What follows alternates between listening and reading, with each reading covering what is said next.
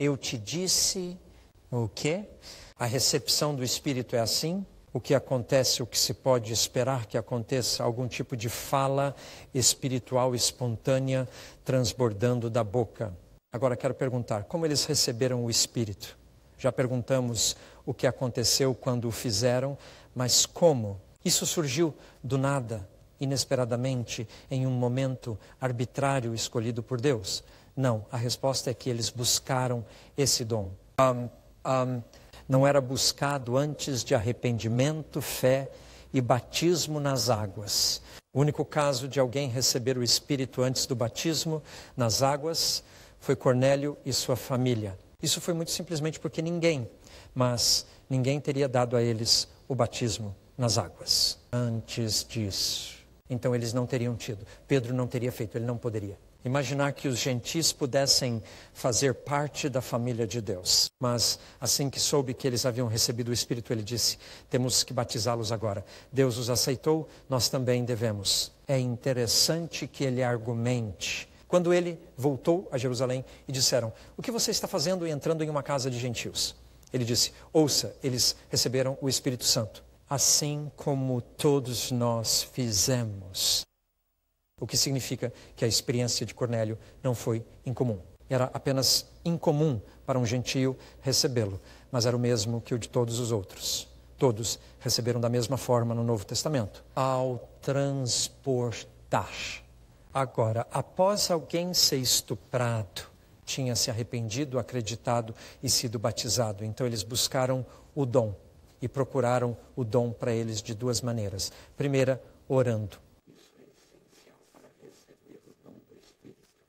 Lucas 11:13 simplesmente diz, quanto mais o Pai Celestial dará o Espírito Santo àqueles que continuam pedindo, o próprio Jesus não recebeu o poder do Espírito Santo até que ele orasse por isso. Diz, depois que ele saiu do Jordão, após seu batismo na água, enquanto orava, a pomba desceu. Então ele também estava orando antes do dia de Pentecostes. O que eles estavam fazendo entre a Ascensão e Pentecostes? Eles estavam pedindo, eles estavam orando. E é por isso que, vez após vez, quando Pedro e João foram a Samaria, eles se arrependeram, acreditaram e foram batizados. Diz que oraram por eles, para que pudessem receber o Espírito Santo. Paulo, em Éfeso, orou para que eles pudessem receber o Espírito Santo. Então a oração é uma maneira de buscar. A outra coisa que fizeram foi impor as mãos sobre as pessoas, que é uma forma muito intensiva de oração. Tocar em alguém pelo qual você está orando é muito importante. Você os toca quando está preocupado com eles. Você os toca quando quer algo para eles. Com que frequência? Se você visita alguém doente no hospital, você simplesmente segura a mão dele enquanto você fala com eles. Você quer transmitir algo fisicamente e foi isso que eles fizeram. Na verdade, Moisés impôs as mãos sobre 70 anciãos e eles receberam o Espírito Santo. Eles profetizaram. Então, isso é uma maneira normal. Tão normal que em Hebreus 6, o escritor não diz arrependimento, fé, batismo e recebimento do Espírito. Ele diz arrependimento, fé, batismo e imposição de mãos. Se todo leitor entenderia o que ele estava se referindo. Precisamos fazer muito mais isso após os batismos. Eu estava em uma cruzada em Dundee no ano passado por uma semana inteira. Que semana foi essa? Na primeira noite, eu trabalho com um amigo que alguns de vocês devem conhecer. Um cigano convertido que tem um dom real de conhecimento. E então eu prego e ele faz o apelo.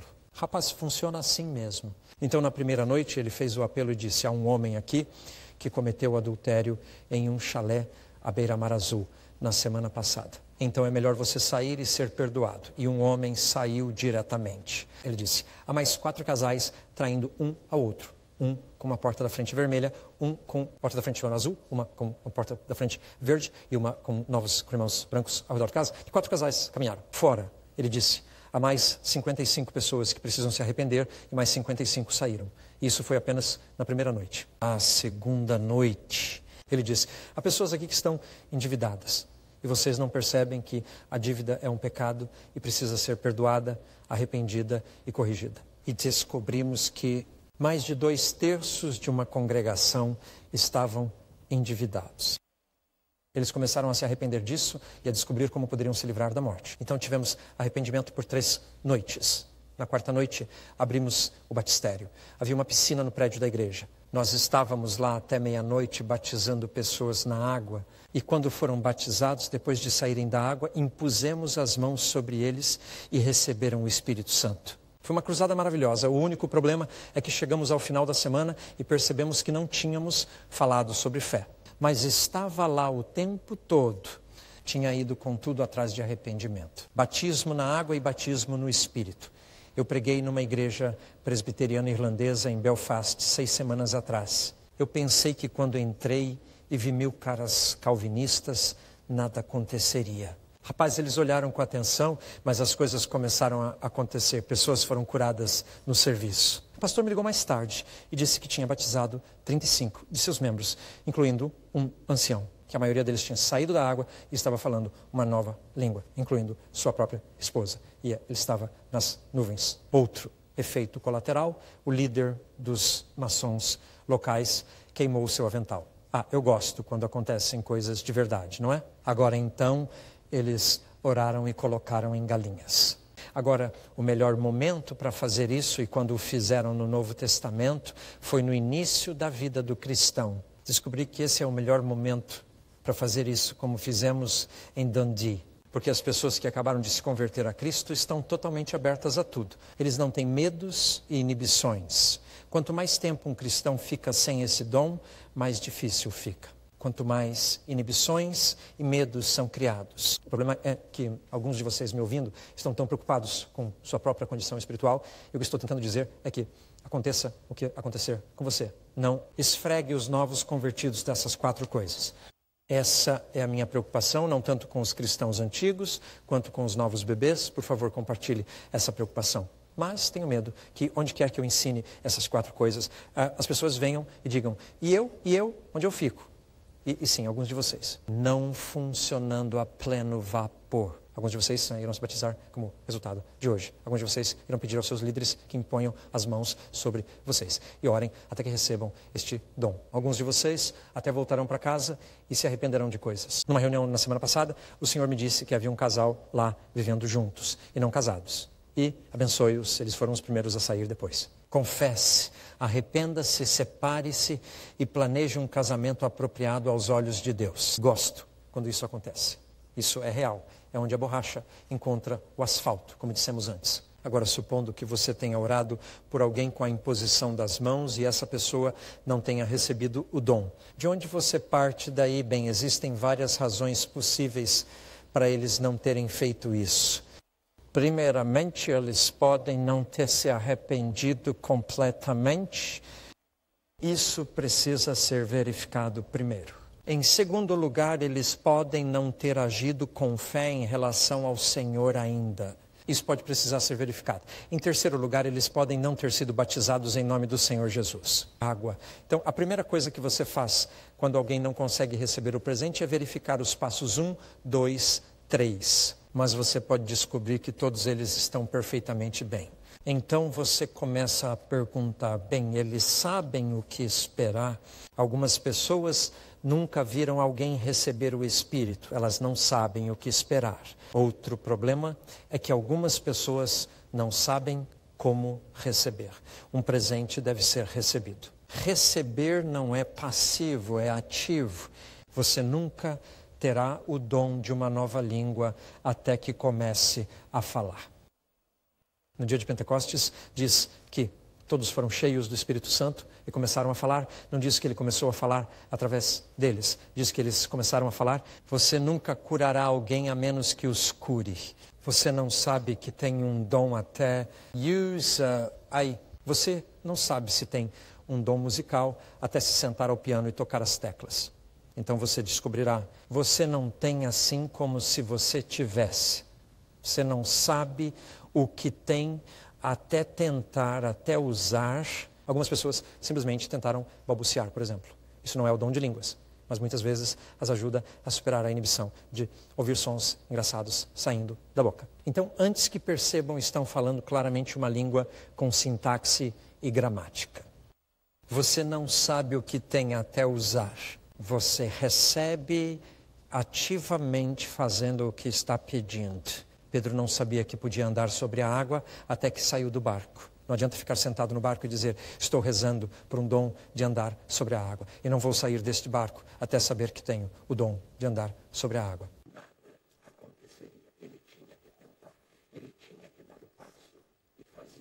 Há uma recepção ativa do presente. Mas percebi que com muitos cristãos mais velhos existem medos que foram construídos. Especialmente na Inglaterra, onde temos um medo enorme de emoção. Existem medos de perder o autocontrole.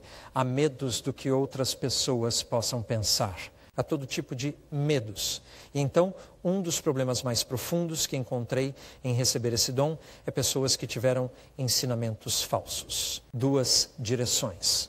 Algumas irmandades ensinaram seus membros, se você falar em línguas, isso é do Satanás.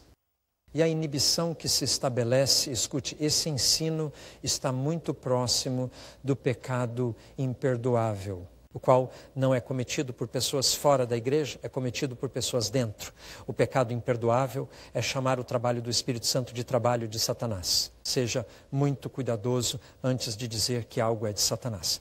Mas se isso foi dito a alguém, o medo que produz é enorme. Jesus sabia que teríamos esse tipo de medo e disse, escute, quem de vocês, pedindo pão ao Pai, receberia uma pedra? Qual de vocês, pedindo peixe ao Pai, receberia um escorpião? Quanto mais o seu Pai dará o Espírito Santo àqueles que o pedirem, nunca tenha medo de que o Pai lhe dará algo errado. As únicas pessoas que precisam temer uma língua de Satanás são aquelas que se envolveram com o ocultismo e não se arrependeram completamente disso. Outro medo que é devido a ensinamentos falsos é o ensino de que todas essas coisas sobrenaturais não são para hoje, que eles pertencem aos dias do Novo Testamento, os dias dos apóstolos e de morreu. Bobagem. Esses dons nunca se extinguiram. São Davi, do país de Gales, 1º de março. Você já ouviu falar de São Davi, do país de Gales? Quando foi escolhido para ser bispo, ele foi para Jerusalém. Ele queria ser consagrado bispo em Jerusalém para receber uma unção especial na Cidade Santa. Levou-lhe 9 meses para caminhar até lá, mas ele chegou apenas parte do caminho. Ele chegou a Galha, a Lyon, na França. Lá diz no seu diário, os monges que foram com ele mantiveram um diário, diz o Santo Pai Davi chegou a Galha. E lá o Santo Pai Davi foi batizado no Espírito Santo e falou em outras línguas como nos dias dos apóstolos. Eu amo dizer aos galeses que São David era um carismático. Eles acham que o pentecostalismo começou em 1904, mas o bispo Davi pertence ao 6º século. Ele sabia tudo sobre isso, como muitos outros ao longo dos séculos souberam. Mas você sabe, é incrível quantos foram ensinados, muitas vezes entre os irmãos, que conhecem tão bem a Bíblia, mas não sabem tudo e foram ensinados. Isso era para os primeiros dias da igreja e não para nós hoje. Então as pessoas pensam, bem, se não é para hoje, por que eu deveria pedir? Você é recomendado a desejar os dons do Espírito. Cobriu-os. A única forma de desejo que um cristão pode ter, a única forma de desejo que um cristão é instruído a ter. E esse é o desejo, as habilidades que outros têm. Querê-las para você. Continue querendo-as. Deseje. Olhe para eles até que os tenha. Isso é uma ordem do Senhor. Bem, esses são alguns dos problemas que encontramos. Mas o temperamento nacional é um grande problema. Os britânicos não gostam de demonstrar sentimentos. Sabe, o cristianismo da escola pública. Não deixe ninguém saber o que você está sentindo. Você sabe, uma das coisas que notei é que homem após homem que recebeu o dom do Espírito aprendeu a chorar novamente pela primeira vez desde que eram meninos. Jesus era um homem que podia chorar e é um sinal de masculinidade poder chorar, bem como rir. E tenho notado, vez após vez, que o Espírito Santo se manifesta emoções inibidas. Não provoca emocionalismo, isso é provocado de baixo, mas ele libera emoções e temos medo disso. Por que ter medo? Deixar seus sentimentos à mostra.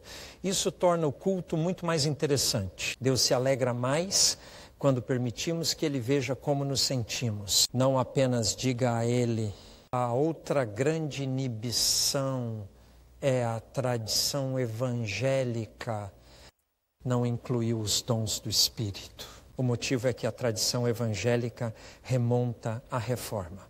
Na Reforma, eles redescobriram Jesus Cristo, eles não redescobriram o Espírito Santo. Isso nos deixou com uma espécie de trindade engraçada. Alguém disse que a trindade católica é Pai, Filho e Virgem Maria. Mas a trindade protestante é Pai, Filho e Sagrada Escritura. É tragicamente verdade que muitos cristãos evangélicos conhecem a Sagrada Escritura melhor do que conhecem o Espírito Santo. Como você se sentiria se alguém conhecesse suas cartas melhor do que conhece você? E ainda dissesse que te ama, você deveria conhecer o Espírito Santo melhor do que conhece a Sagrada Escritura, porque a pessoa é mais importante que o livro. Nossa trindade é Pai, Filho e Espírito Santo. Certo, preciso começar a concluir.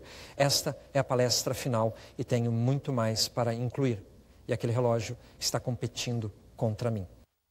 Tudo bem, voltando à teologia, receio que nesta última sessão toca em uma questão muito profunda que esteve submersa durante todo o dia. É aqui que precisamos fazer algo muito difícil, que é desaprender algo. Achar que aprender é relativamente fácil. Embora eu esteja ficando mais velho, como ele disse, estou no meu 60º ano e descubro que aprender não é tão fácil quanto costumava ser. Mas desaprender é mais difícil do que nunca. Você sabe o que eu quero dizer com isso? Mudando a maneira como você pensa sobre algo. Crescemos todos sob pregações, sob certos ensinamentos que assumimos estarem corretos, e quando você olha para a Bíblia, você pode não achar que seja. Exatamente. Então precisamos desaprender. Acho isso empolgante. Ainda encontro coisas novas na Bíblia que nunca vi antes. É emocionante. A menos que você tenha medo de novidades. Bem, agora você conhece a típica oração do pecador que é usada na maioria das evangelizações. Inclusive, eu citei uma neste livro e vou apenas ler para você porque é bem típico, é o mais amplamente utilizado. Senhor Jesus, sei que sou um pecador. Acredito que você morreu pelos meus pecados. Agora mesmo eu me afasto dos meus pecados. Abro a porta do meu coração e vida. Eu te recebo como meu Senhor e Salvador pessoal. Obrigado por me salvar agora. Amém. Essa é a que será mais usada este ano em evangelismo. É bom até certo ponto, mas é terrivelmente inadequado. Vamos apenas passar pelas 4 coisas. Arrependimento. O que há naquela oração de arrependimento? Bem, diz que eu me afasto dos meus pecados. Mas de quais pecados a pessoa está se afastando? Não há menção. E o arrependimento é específico. Lembre-se disso. A fé lá, mas não diz, eu acredito em você, Jesus. Diz, eu recebo você. O que vimos coloca a pessoa no caminho errado. Não há nada aí sobre batismo nas águas de forma alguma. Não há nada lá sobre receber o Espírito Santo. E se você ouvir com atenção, Deus nem é mencionado. Você se arrepende perante Deus, não perante Jesus. Você se arrepende em relação àquele que você feriu e cujas leis você quebrou. Então, é seriamente insuficiente. E depois, tendo dado apenas 1,5 dos 4 passos, diz a pessoa e agora diga, obrigado por me salvar, se agora estão salvos. Agora me desculpe se isso parece crítico, mas essa oração tem sido usada com a maioria das pessoas que decidem por Cristo, o mundo ocidental, e isso lhes deu 1,5 das 4 passos que no Novo Testamento constituem novo nascimento. Isso significa que muitas pessoas estão sendo conduzidas às igrejas como renascidas, quando eles mal nasceram de novo, quando estão meio renascidos. Eles precisam de muito mais ajuda, mas se eles já foram informados de que você está salvo, é difícil mostrá-los, por exemplo. O batismo na água faz parte de ser salvo. ou que receber o Espírito faz parte de ser salvo. Mas o problema real, e aqui chegamos ao problema teológico e ao problema raiz mais profundo que temos evitado o dia todo. O que essa oração quer dizer com obrigado por me salvar? O que significa ser salvo? Quando alguém me pergunta, eu preciso ser batizado para ser salvo? Eu apenas respondo com outra pergunta, salvo de quê? Porque isso muda toda a questão. Agora deixe-me tentar colocar no quadro as diferentes visões. Queria que o quadro estivesse do outro lado. Vou ter que apertar um pouco. Uma interpretação de salvo é estar seguro do inferno. Essa é a compreensão mais comum. O que significa ser salvo? Não é o entendimento do Novo Testamento. Isso vem do revivalismo americano. Isso significa que as pessoas estão ouvindo o Evangelho principalmente como uma saída de emergência. Uma apólice de seguro para o próximo mundo. Eles ouvem pregadores dizer algo como, se você morrer esta noite, você estará no céu ou no inferno? Essa não é uma maneira de pregar dos apóstolos. Eles estavam mais preocupados se você viver amanhã, estará vivendo no reino da luz ou no reino das trevas? Eles estavam mais preocupados com a vida do que com a morte. Eles estavam pregando um evangelho não de estar a salvo do inferno, mas de ser resgatado dos pecados. Plural. Jesus não veio para nos salvar do inferno. Isso é um bônus adicional. Ele é chamado de Jesus porque veio nos salvar do nosso pecados. É por isso que ele é chamado Jesus. Ele não é um salvador do inferno, é um salvador de pecados. Ele é o Cordeiro de Deus que veio para fazer o quê? Para tirar os pecados do mundo. Não apenas para pagar o preço por eles, mas para tirá-los. Até que esses pecados sejam removidos da sua vida, você não está completamente salvo. Você não foi salvo, porque isso só tem a ver com ser salvo de algo.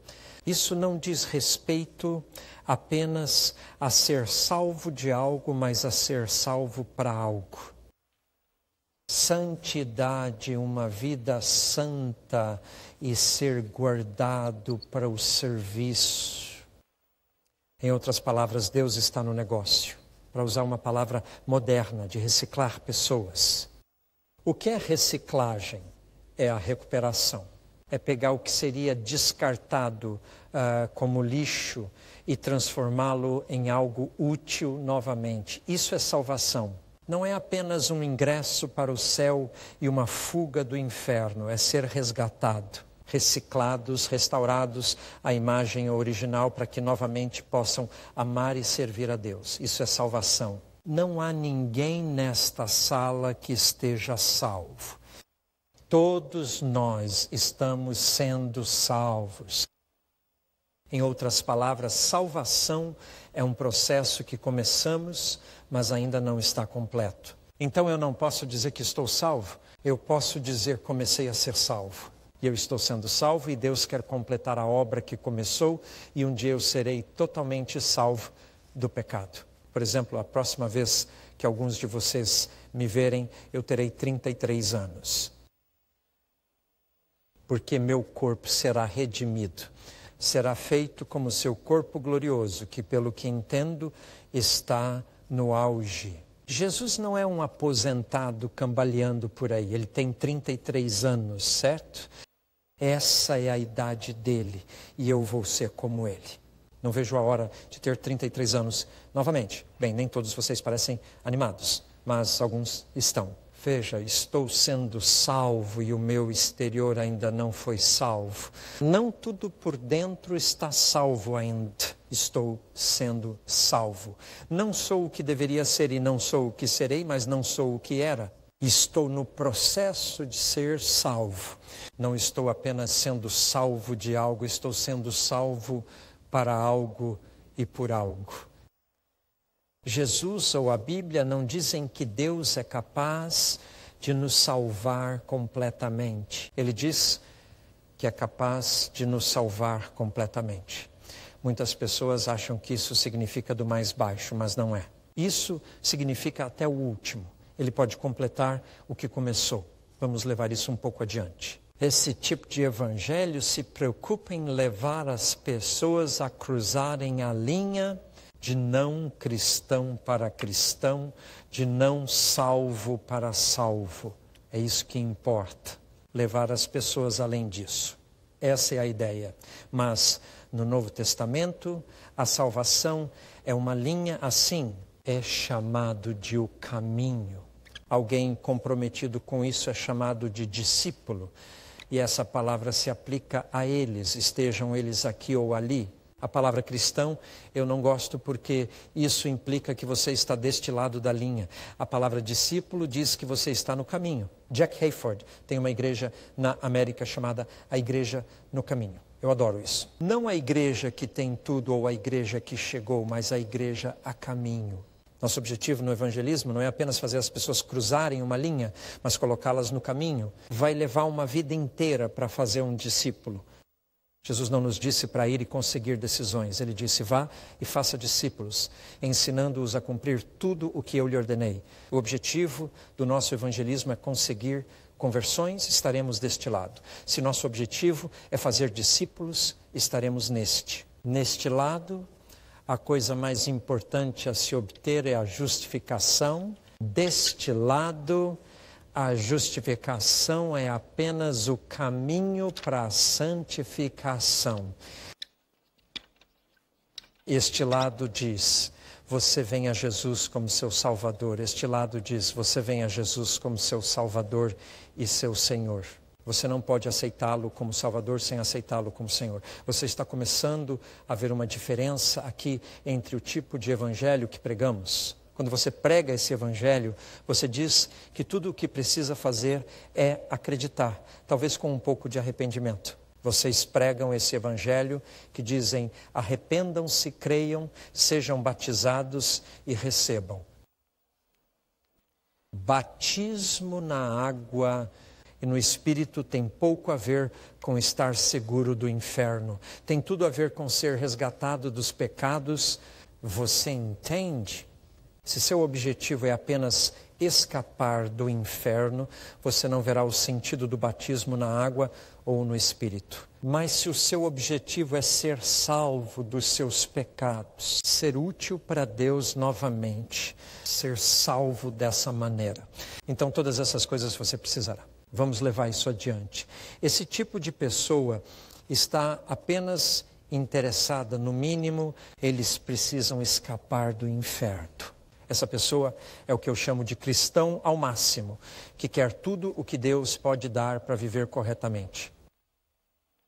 Então, que tipo de cristãos vamos produzir? Cristãos mínimos que tenham bilhete para o céu. Vamos produzir cristãos que querem ser restaurados ao seu estado original, os quais Deus pode usá-los novamente, porque eles não estão mais perecendo.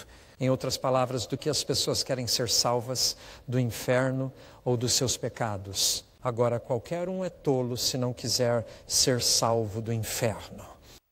Sempre supondo que tal lugar exista. Se isso é tudo o que oferecemos, não vejo como alguém poderia recusar tomar uma decisão. Mas eu acho que essa é uma oferta diferente. Você quer dizer adeus aos seus pecados? Você quer se livrar desses maus hábitos? Você quer viver bem? De novo, descobri que no fundo as pessoas querem viver vidas melhores. Me colocaram na televisão canadense por 20 minutos e o produtor imprudentemente disse, David, você pode falar sobre o que quiser por 20 minutos. O que você gostaria de discutir era a rede principal, o canal global. Eu disse, bem, eu gostaria de falar sobre o reino de Deus. Ele ficou decepcionado. Ele disse, bem, agora é um canal comercial, temos que manter as pessoas interessadas. Disse, não me importo se eles continuarem ligados ou não. Você disse que eu poderia falar por 20 minutos sobre o que eu quisesse. Queria que a BBC me dissesse isso uma vez. Então eu falei por 20 minutos sobre o reino de Deus e havia telefones no estúdio para as pessoas ligarem. O primeiro telefone tocou e a voz de uma mulher disse, Eu tenho assistido ao seu programa. Sou uma prostituta. Agora você pode não saber o que isso significa. No Canadá isso é uma prostituta. Eles também chamam de solicitadoras, o que torna a vida um pouco difícil. Mas ela disse, sou uma prostituta. Tenho assistido o seu programa na rua Yonge, Toronto. Essa é a área de luz vermelha. E ela disse, tenho uma pergunta a fazer. Eu disse, qual é a sua pergunta? Ainda estávamos na frente da câmera. E ela disse, como eu posso entrar naquele reino? Eu perguntei, por que você quer entrar? Ela disse, é hora de eu colocar minha vida em ordem. Pensei, aleluia, estamos pregando o mesmo evangelho que Jesus. Porque quando ele falava sobre o reino, as prostitutas queriam entrar. Você logo percebe se o seu ministro prega o evangelho correto. Veja quem está tentando entrar. Há um teste, não é? Mas é uma boa notícia para as pessoas. O cristianismo não diz às pessoas que elas devem viver corretamente. Diz que elas podem viver corretamente. Não, você deve, você pode, porque tudo está à venda. A única diferença entre o cristianismo e todas as outras religiões é esta. Todas as outras religiões dizem santificação primeiro, justificação depois. Coloque-se em primeiro lugar. Viva uma vida santa primeiro e depois no final Deus irá aceitá-lo. A boa notícia do Evangelho de Jesus é que no cristianismo é ao contrário. E somente no cristianismo Deus justifica você antes de santificá-lo. Ele te aceita como filho ou filha adotivo e então te corrige. Ele não diz, quando você se corrigir, eu te adotarei. Ele diz, eu te adoto agora. Mas ele só nos justifica para nos santificar. Isso é um ponto importante. Ele só perdoa para que possamos viver corretamente. A mulher, apanhada em adultério, disse, eu também não te condeno, mas não faça isso novamente. Não volte atrás. Eu te perdoei para que possas viver corretamente. Uma mulher, se viver corretamente, torna-se útil a Deus novamente. Ela poderá amar o Senhor. Qual evangelho vamos pregar? Uma apólice de seguro para a morte ou uma nova vida? Isso vai levar diretamente ao céu. Santidade que levará à felicidade.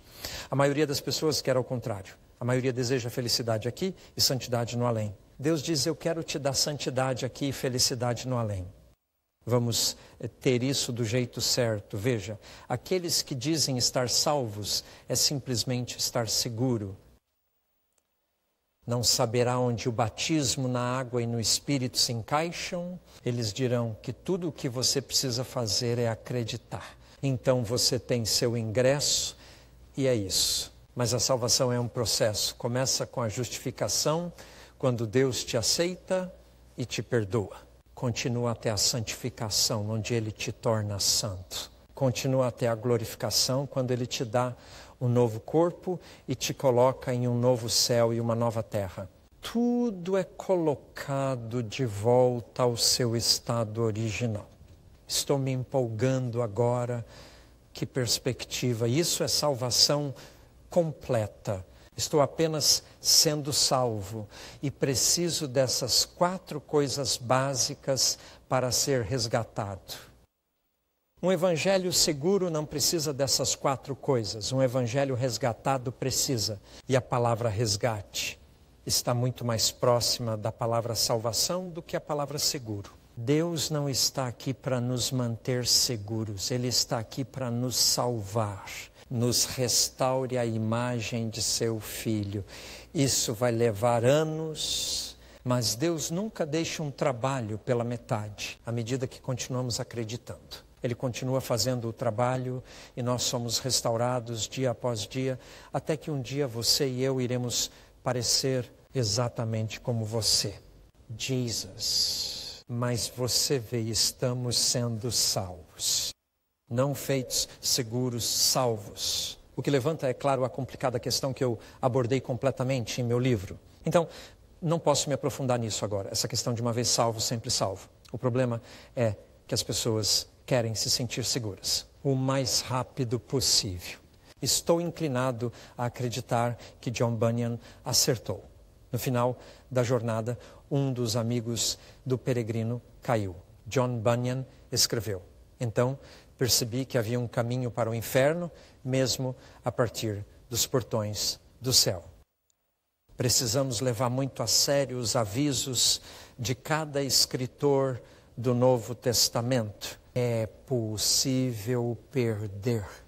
Hebreus 6 é um dos trechos mais conhecidos. O que ele diz lá não tem nada a ver com você pode perder sua salvação. Ele está abordando a questão, se você a perder, pode recuperá-la novamente? E a resposta dele é não. Jesus disse, se o sal perder o seu sabor, como pode ser salgado novamente? Você sabia que 2.500.000 pessoas saíram do Egito e apenas 2 delas entraram em Canaã? 2,5 milhões partiram para chegar. E esse incidente é usado por 3 diferentes escritores do Novo Testamento como um aviso aos cristãos, vocês podem prosseguir. Isso não garante um rival, mas continue acreditando, pois ele é capaz de guardar o que você confiou. É muito interessante que toda vez que a Escritura diz Deus é capaz de te guardar, no contexto há outro verso que diz guarde-se a si mesmo. Por exemplo, em Judas, o último versículo diz ele é capaz de evitar que vocês caiam. Mas 2 passagens antes disse mantenham-se no amor de Deus. Há 2 lados na preservação, continue confiando e ele continua segurando. É um processo de salvação e ouso dizer, ninguém está seguro até estarmos na glória. Estamos sendo salvos e precisamos de toda a ajuda possível. Continuar avançando, continuar confiando, seguir em frente, mantendo nossos olhos fixos em Jesus. É por isso que quando você traz um novo convertido, através destes 4 passos, você começou. Ele não chegou, mas partiu do local de partida correto. Ele precisará ser colocado em uma família. Todo bebê precisa de uma família feliz, onde possa crescer e ser educado, pois bebês são barulhentos, eles são sujos. Eles precisam de muita atenção, precisam de leite de vez em quando. Algumas igrejas são tão de meia idade que não querem bebês espirituais, pois bebês espirituais são barulhentos. Bebês espirituais se sujam muito, precisam de bastante leite e não de muita carne, e bebês espirituais requerem muita atenção. Mas peça a Deus que você esteja em uma igreja que ama ter bebês e sabe como criá-los. E ensine-os a continuar confiando e a continuar observando tudo o que Jesus nos ensinou, até que finalmente possamos apresentar e cada homem amadurecido em Cristo Jesus. Meu livro é apenas sobre o começo da vida cristã, mas precisamos manter os olhos no fim. Bem, vocês foram muito pacientes e ouviram tão bem uma última palavra. Acredito que Deus disse a alguns de vocês hoje, você não tem as 4 coisas básicas. E meu conselho é, não deixe isso te abater. Não deixe isso te desanimar. Não diga, não sinto que sou cristão. O diabo adoraria que você se sentisse assim. Ouça, você é um discípulo, está no caminho. Tudo que eu diria a você é, não fique onde está. Continue em busca das outras coisas que você não tem até conseguir. Tenha tudo, não seja um cristão do mínimo. Não diga, bem, eu me viro com o que tenho. Diga, eu quero mais. Sempre há mais. Sempre há mais. E se você acha que tem tudo, não tem. O pior tipo de cristãos com quem lidar são aqueles que pensam que já chegaram, mas aqueles que sabem que estão a caminho sempre querem mais. Então saiam e tenham filhos. Faça o parto corretamente, seja uma boa parteira e então cuide deles na família de Deus. Até que alcancem a plenitude da estatura de Jesus e tenham sido salvos e restaurados à imagem original de Deus que havia neles. Vamos orar. Pai, eu apenas oro agora para que você tome todo esse ensinamento e peneire com seu Espírito Santo. E se alguma coisa que eu disse não for de você, pode apagar da nossa memória antes que nos engane ou distraia. Mas se o que eu tenho dito é a verdade, então, Senhor, confirme-a a partir de sua palavra e pelo seu Espírito para que possamos colocá-lo em prática. nós vamos ter cuidado para dar toda a glória e o louvor por tudo. Você é o Pai, estes são seus bebês, esta é sua família. Por Jesus Cristo, nosso Senhor. Amém.